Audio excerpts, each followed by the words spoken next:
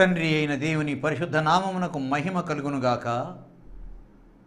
క్రీస్తునందు నా ప్రియమైనటువంటి శ్రోతలకు ప్రభునామమున వందనములను శుభములను తెలియజేస్తూ జీవవాక్కుల కార్యక్రమములోని దేవుని మాటలు వినడానికి మిమ్మల్ని ప్రేమపూర్వకంగా ఆహ్వానించుచున్నాను.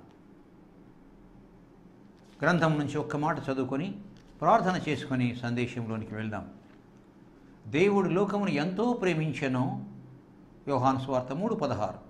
దేవుడు లోకమును ఎంతో ప్రేమించెను కాగా తన అద్వితీయ కుమారుని యందు విశ్వాసముంచు ప్రతివాడు నశించక నిత్య జీవము పొందునట్లు ఆయనను అనుగ్రహించెను. క్లుప్తంగా చెప్పినట్లయితే దేవుడు లోకమును ఎంతో ప్రేమించెను, ఆయన కుమారుణ్ణి అనుగ్రహించెను. ప్రార్థన చేద్దాం. ప్రభువా, దేవా, గొప్ప తండ్రి, వందనాలు స్తుతులు చెల్లిస్తున్నాం. కరుణామయుడా, నీ కరుణను, ప్రేమామయుడా, నీ ప్రేమను తెలుసుకోవడానికి మా తరమా ప్రభువా, బోధించడానికి నా తరమా ప్రభువా కాదే, అయినా చిన్న ప్రయత్నం చేస్తున్నాం ప్రభువా. నీ ప్రేమను తెలుసుకోవడానికి బోధించయ్యా, మాట్లాడయ్యా, నీ ప్రియబిడ్డలతో నీ ప్రేమను తెలియచేయి తండ్రి. ఎంత గొప్ప ప్రేమికుడు తండ్రి. నీ వలే ప్రేమించినటువంటి దేవుడు లోకంలో ఎవ్వరు లేరు ప్రభువా. అట్టి నిన్ను దేవుడిగా కలిగిన మేము ఎంత ధన్యులం ప్రభువా. అట్టి ధన్యతకు తండ్రి ఆయన మమ్మల్ని గురి చేసినటువంటి నీ పాదములకు వేలాది వందనములు, స్తుతులు, స్తోత్రములు చెల్లిస్తూ వినుటకు సిద్ధపడి ఉన్నటువంటి మా శ్రోతలను మీ పాదముల చెంత మీకు సమర్పించుకుంటూ మీ జీవవాక్కులను చేయమని దీనుడనైన నన్ను నీ మాటలు మాట్లాడడానికి నిలబెట్టి వాడుకోమని వందనాలు, స్తుతులు చెల్లిస్తూ యేసు నామమున ప్రార్థిస్తున్నాను తండ్రి. ఆమేన్. దేవుడు లోకమును ఎంతో ప్రేమించెను, ఆయన కుమారుణ్ణి అనుగ్రహించెను. నా ప్రియమైన వారలారా, గత 2 సందేశములలో, మొదటి సందేశంలో తండ్రి ప్రేమను గురించిన 3 ఉదాహరణలు, రెండవ సందేశంలో కుమారుడైనటువంటి యేసు చూపించినటువంటి ప్రేమ మరికొన్ని అంశములను, కొన్ని ప్రేమలను మనము చూచాం. ఇంకా యేసయ్య ప్రేమ అద్భుతమైనటువంటి ప్రేమ, అపారమైనటువంటి ప్రేమ, కొలవలేనటువంటి ప్రేమ, విశాలమైనటువంటి ప్రేమ, లోకంలో ఎవ్వరూ చూపించనిటువంటి ప్రేమ. ఏ తల్లి, ఏ తండ్రి, ఏ బంధువు, ఏ ఆత్మీయుడు, ఏ దేవుడు దేవత చూపించని ప్రేమ మన యేసు ప్రభువుల వారు చూపించారండి. ఇంకా కొన్ని తెలుసుకుందాం నా ప్రియమైన వారలారా. ఎటువంటి ప్రేమికుడు అంటే ఈయన యేసు తనంతట తానే శిక్షించబడడానికి అప్పగించుకున్న ప్రేమ, తనంతట తానే శిక్షించమని శిక్షకు అప్పగించుకున్నటువంటి ప్రేమ, శిక్షకు. గెత్సెమనే తోటలో యేసుప్రభుల వారు ఉన్నారు. ఆయన ప్రార్థించుకునే చోటు, తరచుగా వెళ్ళి ప్రార్థించుకునే చోటు గెత్సెమనే తోట. అక్కడ ఆయన ఉన్నారు. సైనికులు వస్తున్నారు, అధికారులు ఈ సైనికులను తీసుకొని వస్తున్నారు. యేసయ్యను పట్టుకోవాలి, యేసయ్యను తీసుకొని వెళ్ళాలి, యేసయ్యను అరెస్ట్ చేయాలి, ఆ తర్వాత తీర్పు తీర్చబడాలి, శిక్షించాలి, సిలువ వేయాలి. ఆ ఉద్దేశంతో వారు బయలుదేరి వస్తున్నారు. మరి ఆ సమయంలో అధికారులైతే వస్తున్నారు ధైర్యంతో, కానీ ఆయనను పట్టుకోవడానికి ఆ సైనికులకు ధైర్యం చాలలే. ఈ ఉదంతం ఎక్కడ రాయబడిందంటే యోహాను సువార్త 18వ అధ్యాయంలో రాయబడింది. యోహాను సువార్త 18వ అధ్యాయము 5వ వచనములో రాయబడింది. వారు ఆయన మరి పట్టుకొని తీసుకొని వెళ్ళాలి. అక్కడికి వచ్చి నిలబడ్డారు, కానీ ఏమి అడగలేకపోయారు, మాట్లాడలేకపోయారు, ఆయన పట్టుకోలేకపోయారు, ఆయనను తీసుకొని వెళ్ళలేకపోయారు. అప్పుడు యేసు అంటారు, మీరు ఎవరిని వెదకుచున్నారు? యోహాను సువార్త 18వ అధ్యాయం 5వ వచనంలో మీరు ఎవరిని వెదకుచున్నారు అని వారిని అడిగాను. మీరు ఎవరిని వెతుకుతున్నారని వారిని అడిగాను. వారేమన్నారంటే నజరేయుడైన యేసును అని చెప్పాడు. నజరేయుడైనటువంటి యేసును అన్నప్పుడు సాధారణ వ్యక్తులైతే పోలీసు వాళ్ళు వచ్చారనుకోండి అరెస్ట్ చేయడానికి, అక్కడ కనపడితే పోలీసు వాళ్ళు కనపడితే ఇక్కడ పారిపోతారు. సైనికులు వస్తే యేసయ్య పారిపోయేవాడు కాదు. ఆయన మరణానికి భయపడినటువంటి వ్యక్తి కాదు. ఆయన పారిపోలేదు, ఆయన భయపడలేదు. మీరు ఎవరిని వెతుకుతున్నారు అంటే నజరేయుడైనటువంటి యేసును అని వారు ఉత్తరమిస్తే వెంటనే ఆయనను నేనే ఆయనను నేనే అని చెప్పేసి అప్పగించుకోవడానికి సిద్ధపడ్డాడండి. సంసిద్ధత చూపించాడు వారి ఎదురుగా. వారు భయపడ్డారు, కానీ యేసయ్య భయపడలేదు. యేసయ్య వెనుక తీయలేదు. చూశారా? పాపులను రక్షించే రక్షణార్థమై, పాపులను రక్షించే రక్షణార్థమై తనంతట తానే అప్పగించుకున్నటువంటి ప్రేమ, తనంతట తానే అప్పగించుకున్నటువంటి ప్రేమ. సిలువ వేయబడడానికి మరణానికి అప్పగించుకోవడానికి తనంతట తానే అప్పగించుకున్నటువంటి విలువైనటువంటి ప్రేమ. ఎవరైనా చేయగలరా ఈ పని? ఏ దేవుడైనా చేయగలరా ఈ పని? యేసు తప్ప ఎవరు చేయగలరు? ప్రియమైన వారలారా, సవార్థిక ప్రేమ, సవార్థిక ప్రేమ, సవార్థిక అంటే సువార్త ప్రేమ. ఎక్కడికి వెళ్ళినా తండోపతండాలుగా ఆయన మాటలు వినడానికి వస్తారండి. ఆయన బహుజన సమూహము, బైబిల్ రాయబడిన మాట, బహుజన సమూహము ఆయన యొద్ద ఉండెను. లెక్కలేనంత మంది ఉండేరు. అది సముద్ర ఒడ్డున బోధించిన, తర్వాత సుకారు గ్రామంలో బావి దగ్గర బోధించిన, సుకారు గ్రామంలో బోధించిన, ఇంకా ఎమ్మాయి గ్రామంలో బోధించిన, ఎక్కడ బోధించినా సరే ఆయన దగ్గర తండోపతండాలుగా జనం ఉంటారండి. తండోపతండాలుగా జనం ఉంటారండి. విన్న తర్వాత వీళ్ళు సమరయులు ఏం చేశారంటే, యేసు ప్రభువును మా దగ్గర ఉండమని చెప్పేసి తీసుకొని వెళ్ళిన తర్వాత అక్కడ ఆయన ఇంకా 2 దినములు అక్కడ ఉన్నాడంట. ఇది యోహాను సువార్త 4వ అధ్యాయం 40వ వచనంలో వ్రాయబడింది. యోహాను సువార్త 4వ అధ్యాయం 40వ వచనంలో వ్రాయబడింది. సమరయులు ఆయన యొద్దకు వచ్చి, అయ్యా మేము వింటామయ్యా, మా దగ్గరికి రాయ్యా అని చెప్పేసి ఆయన ఆహ్వానించి తీసుకొని వెళ్తారు. సమరయులు ఆయన యొద్దకు వచ్చి తమ దగ్గర ఉండుమని ఆయనను వేడుకొనిరి. బ్రతిమాలడం కాదు కదా, వేడుకొన్నారంట. అయ్యా మా దగ్గరికి వచ్చి మాతో ఉండుమని ఆయన బ్రతిమాలితే ఆయన అక్కడ 2 దినములు ఉండెను. ఆయన అక్కడ 2 దినములు ఉండెను అని వ్రాయబడి, 2 దినములు ఉండెను. చూచారా? 2 దినాలు అక్కడే ఉన్నాడు వాళ్ళతో సువార్త చెప్పడానికి. ఆయన అన్ని 2 దినాలు బోధించాడండి. అందులో నిద్రించిన సమయం ఎంతో, భోజనం సమయం ఎంతో, కానీ ఇంతకీ ప్రతిమా సమయం అంతా ఆయన బోధించడానికి, సువార్త బోధించడానికి అక్కడ ఉన్నాడు. గంట సేపు కంటే ఎక్కువ చెప్పలేరు, గంట సేపు కంటే ఎక్కువ కూర్చోలేని పరిస్థితుల్లో సంఘాలలో ఉన్నారు ఈ దినాల్లో. నా ప్రియమైన వారలారా, ఇంకా చెప్తున్నాడు ఏంటని చెప్పేసి గడియారం చూసుకుంటారు. ఎంత శోచనీయమైన విషయం అండి.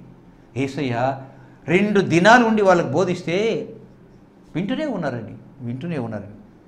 సువార్త ప్రేమ లేక సవార్థిక ప్రేమ, లేక సువార్త ప్రేమ, 2 ప్రేమలు మనం ఈ సందేశంలో చెప్పుకున్నాము. తనంతట తానే సిలువకు అప్పగించుకున్న ప్రేమ, ఆ తర్వాత రెండవది ఏంటంటే సువార్త ప్రేమ, సౌవార్థిక ప్రేమ. ఇంకొకటి మూడవది తనకు మొర్రపెట్టు వానిని తృణీకరించని ప్రేమ. తనకు మొర్రపెట్టు వానిని తృణీకరించని ప్రేమ. ఎవరు ప్రార్థించినా, ఎవరు కేకలు వేసినా, ఎవరు పిలిచినా, ఎవరు అరిచినా సరే ఏ ఒక్క వ్యక్తిని కూడా ఆయన తృణీకరించలేదండి. ఏ ఒక్క వ్యక్తిని కూడా తృణీకరించలేదు.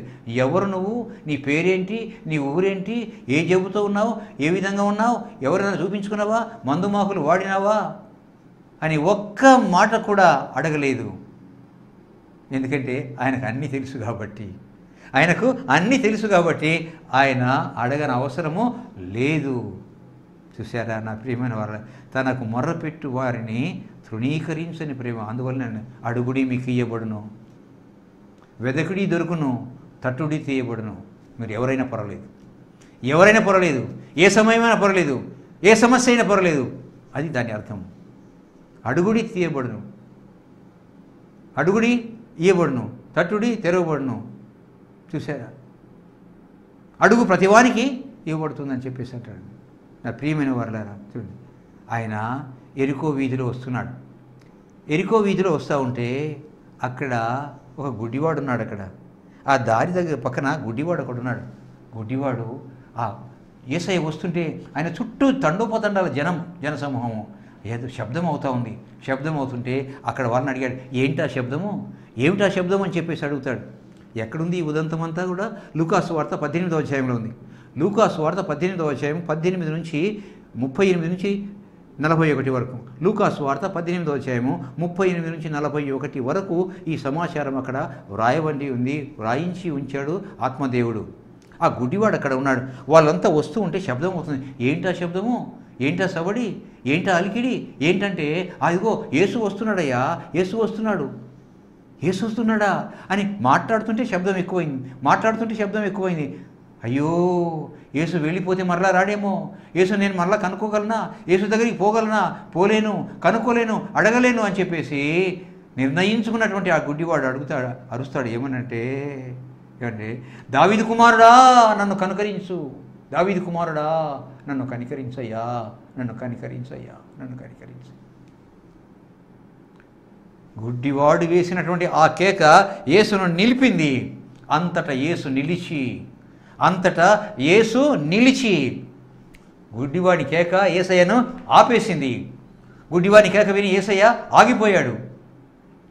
గుడ్డివాడి కేక యేసయ్యను ఆపిందంటే ఎంత ఆర్తధ్వనితో, ఎంత వేదనతో, ఎంత విశ్వాసముతో, ఎంత బలంగా కేక వేసి ఉంటాడు గుడ్డివాడు. నిజంగా ప్రియమైన వారులారా, ఆగి వాడి దగ్గరికి వెళ్ళి అక్కడ ఉన్నవారు ఏం చేశారు తెలుసా? యేసయ్య వెళ్తుంటే, ఏయ్ అరవబాకు, కేకలైబాకు, అరవబాకు అంటే మీరు ఊరుకోండి అని వాడిని గద్దించాడు యేసయ్య.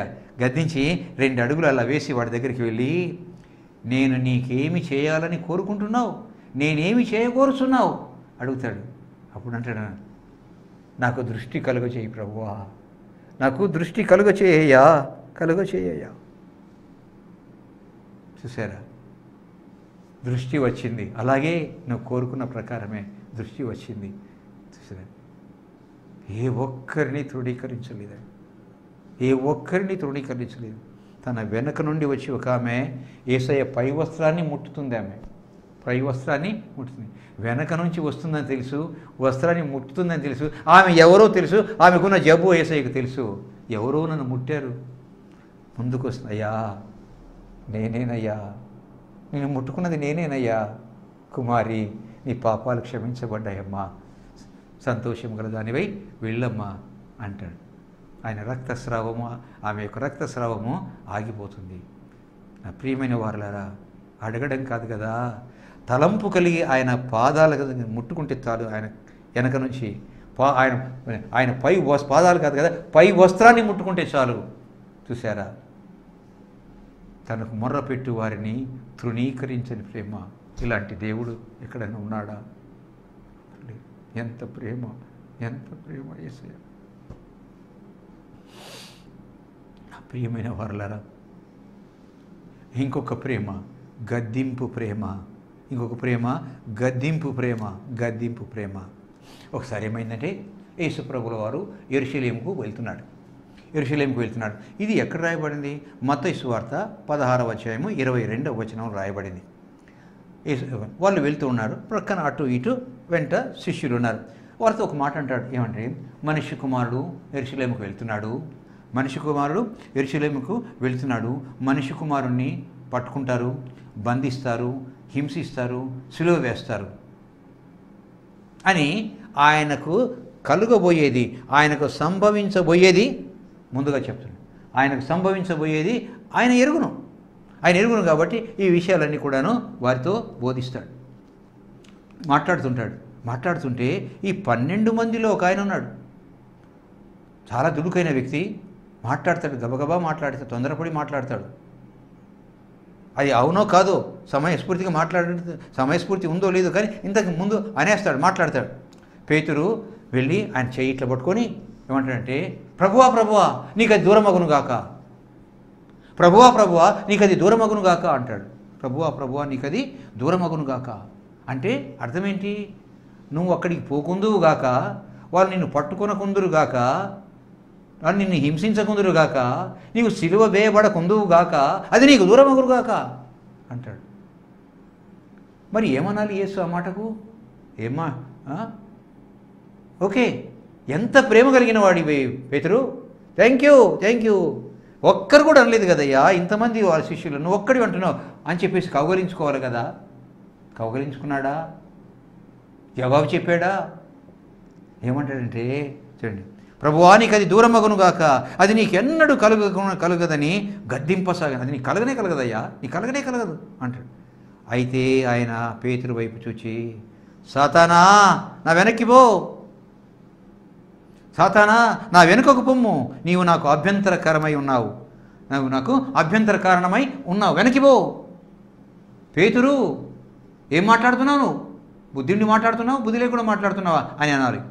కానీ అనకుండా ఏమంటున్నానంటే, పేతురు సాతానా నా వెనక్కి పో, గో బిహైండ్ మీ, నాకు అభ్యంతర కారణంగా నువ్వు ఉన్నావు అని చెప్పేసి అంటాడు.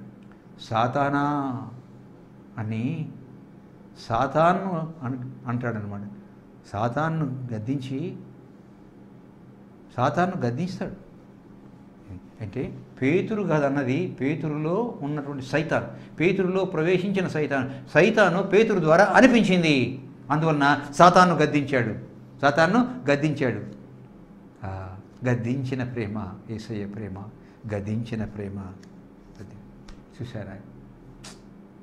అసలు ఎక్కడ యేసయ్య జీవితంలోని ఏ చిన్న సందర్భం తీసుకున్నా ప్రేమ ప్రేమ ప్రేమ ప్రేమ.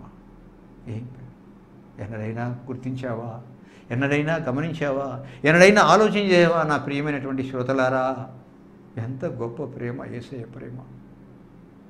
మన జీవితంలో ఎన్ని అద్భుతాలు, ఎన్ని ఆశ్చర్యాలు, ఎలా బ్రతికించాడు, ఎలా పోషించాడు, ఎలా కాచి కాపాడి సంరక్షించి ఎదిగించాడు, జీవింపజేస్తున్నాడు, ఇంకా ప్రేమిస్తూనే ఉన్నాడు. కానీ ఆయన ప్రేమను మనం ఎప్పుడు కూడాను గమనించి ఉండము, నెమరు వేసుకొని ఉండము, జ్ఞాపకం చేసుకొని ఉండము.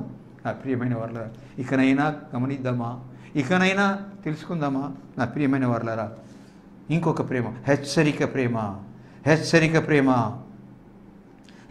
ప్రేమ. సిలువకు వేయబడక మునుపు ఆయనను వీళ్ళు పట్టుకొని తీసుకొని వెళ్తారు. తీసుకుపోయిన తర్వాత సన్హెద్రిన్ సభలో, ఆ తర్వాత పిలాతు దగ్గరికి, సన్హెద్రిన్ సభ డిసైడ్ చేసింది, మాట్లాడారన్నమాట. ఏమనంటే ఈయన మరణశిక్ష విధించాల్సిందే. అయితే వాళ్ళు ఏంటంటే, అరే మరణశిక్ష విధించే అధికారం మనకు లేదు అని చెప్పేసి పిలాతు దగ్గరికి తీసుకొని పోతారు. ఎందుకంటే గవర్నర్ కాబట్టి, రాజప్రతినిధి, మరణశిక్ష విధించే అధికారము ఆయనకు ఉంది. అందువలన పిలాతు దగ్గరికి తీసుకుపోతే, పిలాతు దగ్గర పెద్ద జనసందోహం ఉంటారు. అక్కడ సిలువవేయి అని చెప్పేసి కేకలు, అయ్యో ఈయన ఏ పాపం చేయలేదే, ఏ ద్రోహం చేయలేదే, ఏ నేరం చేయలేదే, తీసుకొచ్చి చూపిస్తాడు. చూడండి ఈయనలో నేను విచారించగా ఏ లోపము ఏ దోషము లేదు అని చెప్పేసి అంటాడు. సరే, ఎలాగైతేనేమి ఆయన యేసును విడిపించడానికి అనేక ప్రయత్నాలు చేస్తాడు, అనేక మాటలు మాట్లాడతాడు. చూడు, ఈ విధంగా అడుగుతున్నారు శిక్షించమని, నువ్వు ఒక్క మాట కూడా మాట్లాడడం లేదే, చెప్పు, నిన్ను విడిపించడానికి నాకు అధికారం ఉందయ్యా, నువ్వు ఒక్క మాట కూడా నోరు విప్పి మాట్లాడడం లేదు. వాళ్ళు కేకలేస్తున్నారు, సిలువేయి. ఈయన వాళ్ళ కేకలకు ఎదురు మాట్లాడుతున్నాడు. అయ్యో శిక్షించడానికి, మరణశిక్ష విధించి ఇతరులు ఏ నేరం లేదే, ఏ దోషం లేదే, ఎలా శిక్ష విధించాలి, అయ్యో ఇంతవా మాట్లాడుతుంటే నోరు తెరిచి ఒక్క మాట కూడా మాట్లాడవా అని చెప్పేసి యేసుతో అన్నప్పుడు యేసు ఏమంటాడంటే, యోహాను సువార్త 19:11 అందుకు యేసు, పైనుండి నీకు ఇయ్యబడి ఉంటేనే తప్ప నా మీద ఏ అధికారము ఉండదు. ఆ అధికారం పైనుండి వస్తే తప్ప ఏ అధికారం నీకు ఉండదయ్యా, ఏ అధికారం నీకు ఉండదు అని చెప్పేసి పిలాతును గద్దించాడు. హెచ్చరిక ప్రేమ. సాతాను గద్దించి బుద్ధి చెప్పాడు. ఇక్కడ పిలాతుకు హెచ్చరిక ఇచ్చాడు. నువ్వేమి చేయలేవయ్యా, నీకు అధికారం లేదు, పైనుండి వస్తే తప్ప నీకు అటువంటి అధికారం లేదని చెప్పేసి హెచ్చరిక ప్రేమను తెలియజేస్తాడు. ఎందుకంటే అది పైనుండి రావాలి, నన్ను శిక్షించాలంటే పైనుండి రావాలి, కానీ అది నీకు లేదు అని చెప్పేసి అంటాడు, లేదని చెప్తాడు. తర్వాత ఇంకా తనను తాను తగ్గించుకున్నటువంటి ప్రేమ, తనను తాను రిక్తునిగా చేసుకున్నటువంటి ప్రేమ, ఇంకొక ప్రేమ. లోకంలో ఏ దేవుడు ఏ దేవత కూడా ఇటువంటి ప్రేమను చూపించలేదు. ఏ దేవత, ప్రపంచంలో ఎన్ని దేశాలు ఉన్నాయో అన్ని దాదాపు 200కు పైగా దేశాలుంటే ఆ కొండల్లో, కోనల్లో, లోయల్లో, సముద్రంలో ద్వీపాలు, దీపకల్పాలు ఎన్ని ఉన్నాయి, అన్ని చోట్లకు యేసయ్య ప్రేమ ప్రవహించింది. అన్ని చోట్లకు యేసయ్య ప్రేమ ప్రవహించింది.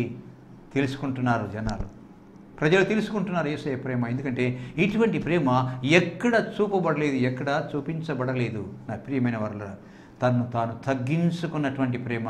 ఎవరైనా తగ్గించుకుంటారా? ప్రపంచంలో ఈ విధంగా తగ్గించుకున్నటువంటి దేవుళ్ళు, దేవతలు ఉన్నారా? లేరే. చూడండి నా ప్రియమైనటువంటి వారలారా, అంటే తాను రిక్తునిగా చేసుకున్న ప్రేమ, రిక్తునిగా చేసుకున్న ప్రేమ. ఏమీ లేనివాడు లేనివాడుగా ఉంటే అది రిక్తత కాదు. రిక్తుడు రిక్తత కలిగి ఉంటాడు. కానీ ఏమీ లేనివాడు, పూరి పాక కూడా లేకుండా, పడుకోవడానికి మంచం లేకుండా, కప్పుకోవడానికి దుప్పటి లేకుండా, నివాసం సరైన లేకపోయినట్లయితే అది రిక్తత కాదండి. అది రిక్త కాదండి. కానీ అన్నీ ఉండి లేనివాడుగా జీవిస్తే రిక్తుడు. అన్నీ ఉండి లేనివాడుగా జీవిస్తే రిక్తుడు. అంటే అన్నిటిని తృణీకరించి రిక్తతతో ఏం అవసరం లేదని చెప్పి తృణీకరించి వస్తే అది రిక్తుడొగుట. ఫిలిప్పీ పత్రికలో ఒక మాట రాయబడింది. అపోస్తలుడైన పౌలు ఫిలిప్పీ పత్రిక 2వ అధ్యాయం 7వ వచనంలో ఈ మాట రాస్తాడు. ఫిలిప్పీ పత్రిక 2వ అధ్యాయం 7వ వచనంలో ఈ మాట రాయబడింది. మనిషిని పోలికగా పుట్టి దాసుని స్వరూపము ధరించి తన్ను తాను రిక్తునిగా చేసుకొనెను. మనిషి చూడండి, మనిషిని పోలికగా పుట్టి, దేవుడే మనిషిని పోలికగా మనిషి రూపంలో పుట్టి దాసుని స్వరూపం ధరించి తన్ను తానే రిక్తునిగా చేసుకున్నటువంటి ప్రేమ. ఎవరైనా చేయగలరా ఈ పని? దేవుడైనటువంటి వ్యక్తి ఎవరైనా చేయగలరా? Except Jesus. నా ప్రియమైన వారలారా, చూడండి ఇంకా గొప్ప ప్రేమ, శత్రువును సైతము ప్రేమించిన ప్రేమ. శత్రువుని సైతము ప్రేమించినటువంటి ప్రేమ. మత్తయి సువార్త 26వ అధ్యాయము 49-50 వచనాల్లో వ్రాయబడింది. ఆ శత్రువును కూడా ప్రేమించినటువంటి ప్రేమ.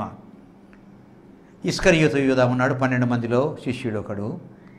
ఆ ప్రధాన యాజకుల దగ్గరికి వెళ్ళి, మరి యేసుని పట్టుకోవాలి కదా, యేసుని పట్టుకోవాలంటే మీరు పట్టుకోలేరు, ఎందుకంటే వాళ్ళు అందరూ ఒకే దశలో ఉంటారు, ఒకే విధంగా ఉంటారు యూదులు, ఒకటే. అందులో రాత్రిపూట పట్టుకోవడం చీకట్లో చాలా కష్టం. అయితే ఆయన ఎక్కడికి వెళ్తాడు, ఎక్కడ ప్రార్థన చేసుకుంటాడు, ఎక్కడ మోకరిస్తాడు, ఎక్కడ ప్రార్థన చేసుకుంటాడు, ఎక్కడ చేస్తాడో నాకు తెలుసు కాబట్టి నేను నేను గుర్తు చెప్తాను. పట్టుకోండి, నాకేమి ఇస్తారు? అదిగో ఇంత డబ్బులు ఇస్తామని ఒప్పుకున్నారు, తీసుకున్నాడు అడ్వాన్సు, కాంట్రాక్ట్ ఒప్పుకున్నాడు. మరి ఎలా పట్టిస్తావు అంటే, నేను ఎవరినైతే ముద్దు పెట్టుకుంటానో అతను యేసు, నువ్వు పట్టుకోండి. ఒప్పందపడ్డారు, టర్మ్స్ అండ్ కండిషన్స్ చెప్పాడు. నేను ఎవరినైతే ముద్దు పెట్టుకుంటానో అతను యేసు, పట్టుకోండి. సరేనన్నారు. ఆ గెత్సెమనే తోటలో యేసయ్య ఉన్నాడు. ఇస్కరియోతు యూదా వారందరిని తీసుకొని వస్తున్నాడు. ఆ బ్యాచ్కి ముందు ఇస్కరియోతు యూదా ఉన్నాడు. యేసుకు తెలియదా? అక్కడ వెళ్ళాడని, మాట్లాడుకున్నాడని, అగ్రిమెంట్ ఏర్పాటు చేసుకున్నాడని, అడ్వాన్స్ తీసుకున్నాడని యేసయ్యకి తెలియదా? అన్నీ తెలుసు. యేసు అందరినీ ఎరిగినవాడు. యేసుకు దాపరికం అంటూ ఏమీ ఉండదు. నా ప్రియమైన వారలారా, అక్కడికి వచ్చి నిలబడతాడు. ముద్దు పెట్టుకోవడానికి నిలబడతాడు. అప్పుడు ఒక మాట అంటాడు. ఎవరు? ఇస్కరియోతు యూదా. బోధకుడా నీకు శుభము, పట్టించబోతూ శుభం అంటాడు. ఎంత దుర్మార్గుడండి, ఎటువంటి వాడండి ఇతని. చూసారా? అప్పగించబోతూ గుర్తు చెప్పినటువంటి నేను ఎవరినైతే ముద్దు పెట్టుకుంటానో అతనే యేసు పట్టుకోమని చెప్పి వచ్చి అప్పగించడానికి సిద్ధపడుతూ బోధకుడా నీకు శుభం కలుగునుగాక. శుభమా? అశుభం కలగబోతూ శుభం కలుగునుగాక అంటాడు అని ఆయనను ముద్దు పెట్టుకున్నాను. అందుకు యేసు, చెలికాడా నువ్వు చేయవచ్చింది చెయ్యి, కానీ పూర్తి చెయ్యి. వాళ్ళకి అప్పగించాలి కదా ముద్దు పెట్టుకున్న తర్వాత, కానీ అంటాడు. తను అప్పగించడానికి వచ్చినటువంటి శత్రువును కూడా ప్రేమించినటువంటి ప్రేమ. యేసయ్య ప్రేమ. చూసారా? అప్పుడు వాళ్ళ దగ్గరికి వచ్చి యేసుని పట్టుకుంటారు, ముద్దు పెట్టి నిలబడతాడు, వాళ్ళు వచ్చి పట్టుకుంటారు. శత్రువును సైతము ప్రేమించినటువంటి ప్రేమ. ఎవరైనా ప్రేమించగలరా ఇట్లా? ప్రియమైన వారలారా, చిట్ట చివర లోకాతీతమైనటువంటి ప్రేమ, క్షమించే లోకాతీతమైన ప్రేమ, క్షమించే విశ్వజనీనమైనటువంటి ప్రేమ. The universal love of